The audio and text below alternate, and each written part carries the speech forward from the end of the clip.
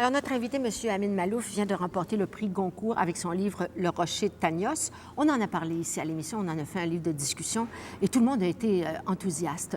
Ça se passe au Liban, dans un petit village qui s'appelle Kfar Yabda, dans les années 1830. Et le village est dirigé par le cheikh Francis, qui porte un petit gilet vert pomme sous-taché d'or.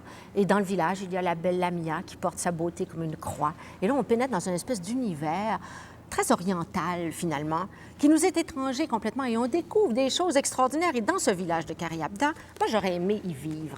Bonjour, M. Amin Maalouf. Bonjour, moi aussi. Vous aussi, hein?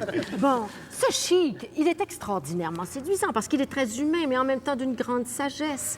Et on apprend, moi, ce que j'ai aimé le plus dans ce livre-là, je ne sais pas si ça va vous plaire ou vous déplaire, mais c'est ce mode de fonctionnement des individus les uns avec les autres. Il y a toujours une petite chicane en cours, jamais ouverte.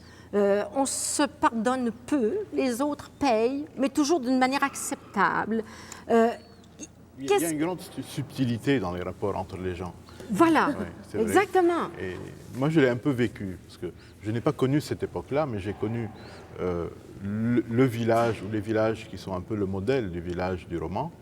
Et j'ai beaucoup de nostalgie par rapport à cette époque-là, parce que j'imagine que cette subtilité dans les rapports était très pure à cette époque-là. Puis il y a eu la vie moderne qui est arrivée et qui a un peu tout perturbé, mais c'est vrai que c'était des gens qui avaient un certain comportement social dans les rapports entre les hommes et les femmes, par exemple. Quand on voit les femmes qui sont convoitées par le cheikh et qui doivent monter au village, et au château du village, et elles doivent user de ruses pour échapper aux assiduités du Seigneur. Elles ne peuvent pas lui dire clairement de s'éloigner parce que c'est le chef du village, c'est le Seigneur, et elles sont ses obligées en quelque sorte. Et en même temps, elles ne veulent pas lui céder. Alors qu'est-ce qu'elles font pour se mettre à l'abri? Par exemple, l'une d'elles arrive en portant son enfant sur le bras, et là, ça désarme complètement le cheikh. Ou alors, elles arrivent avec leur sœur et leur mère, et donc là encore, c'est plus difficile. Ou alors, elles vont s'asseoir à côté de la femme du Seigneur. Et elles passent toute la journée à côté d'elle à faire leurs petits travaux collés à elle, et comme ça, lui ne peut pas tellement intervenir. Et il y avait tout ce code très subtil dans les relations entre les gens. Et vous racontez une histoire tout à fait extraordinaire parce qu'il la trompe finalement allègrement, sa femme, le cheikh. Et là, à un moment donné, elle l'apprend d'une manière officielle et elle se réfugie chez son père. Ah oui, elle se venge d'une manière un peu curieuse. Extraordinaire. Elle va chez son père, et son père dit au Seigneur qui est allé ramener sa femme par la force, il lui dit « Ne vous en faites pas, nous reviendrons, nous vous ramènerons votre femme ». Et ils reviennent au village pour ramener la femme, mais ils reviennent par centaines. Ils s'installent au village en disant « Mais vous êtes notre gendre, nous sommes vos invités ».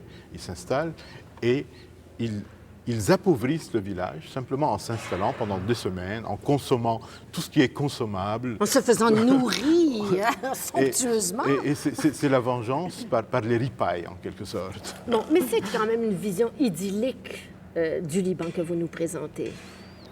C'est un Liban qui avait sa vie un peu archaïque, assez naïve, pleine aussi de poésie et de sagesse. C'est un Liban que je n'ai pas connu, bien entendu, mais j'ai un peu de nostalgie par rapport à cette époque. Bon, le petit Amin, là, quand vous aviez 8 ans, 9 ans, est-ce que vous avez baigné dans cette ambiance-là, des jolis contes arabes? Est-ce que vous aviez un père qui vous racontait des histoires? Oui, mon père me racontait énormément d'histoires, notamment des histoires à propos du village. Mon père et d'autres personnes également. Ma grand-mère me racontait des histoires qui remontaient à la fin du 19e siècle. Et finalement, dans ce livre, le point de départ est une histoire que mon père m'avait racontée. Et tout au long du livre, il y a des événements, il y a des personnages qui sont des personnages qui évoquent ceux qui ont vécu au village justement au 19e siècle et que je suis allé puiser dans mes souvenirs, effectivement. Mais lequel en particulier? Qu'est-ce qui s'est passé? Parce que ça appartenait à votre famille. Oui, le souvenir le plus important, qui est un peu le point de départ, c'est qu'il y a un homme du village et qui appartenait à notre famille, qui avait un fils à marier. Et cet enfant, ce garçon, aimait la fille d'un notable du village. Et il fallait demander la main de la fille.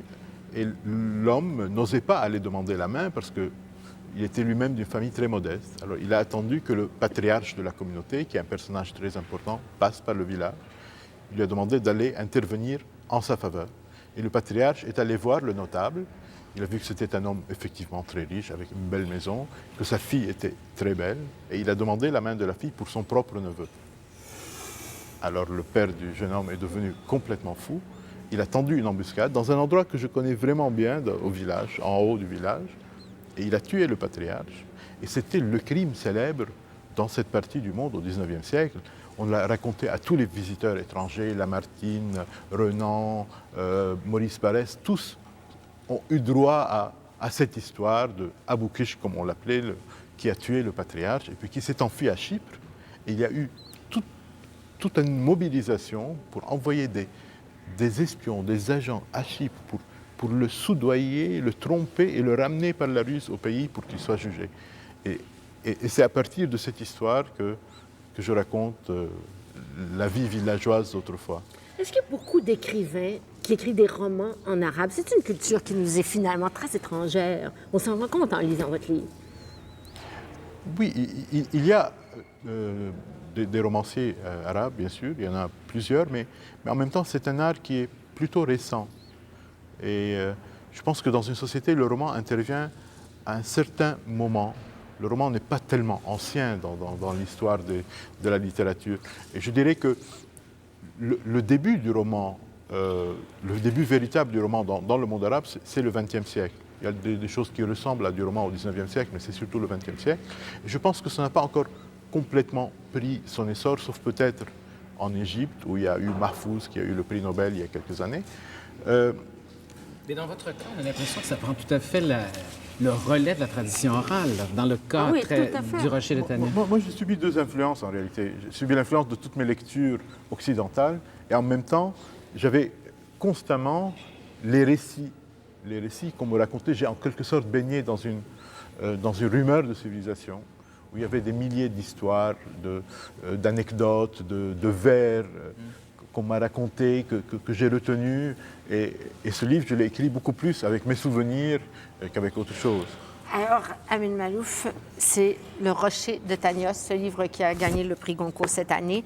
Et c'est un livre où on retrouve des éléments de vie tout à fait extraordinaires. Si vous me permettez une question, il faut que je la pose. Rapidement. Est-ce que ça change à un homme que de gagner le Goncourt? C'est un moment merveilleux. Oui. Et puis, je crois que ça encourage à consacrer sa vie à l'écriture. Moi, j'avais déjà le projet de consacrer ma vie à l'écriture. Je me demandais souvent si j'en aurais la possibilité. Je pense que le Goncourt m'en donne la possibilité.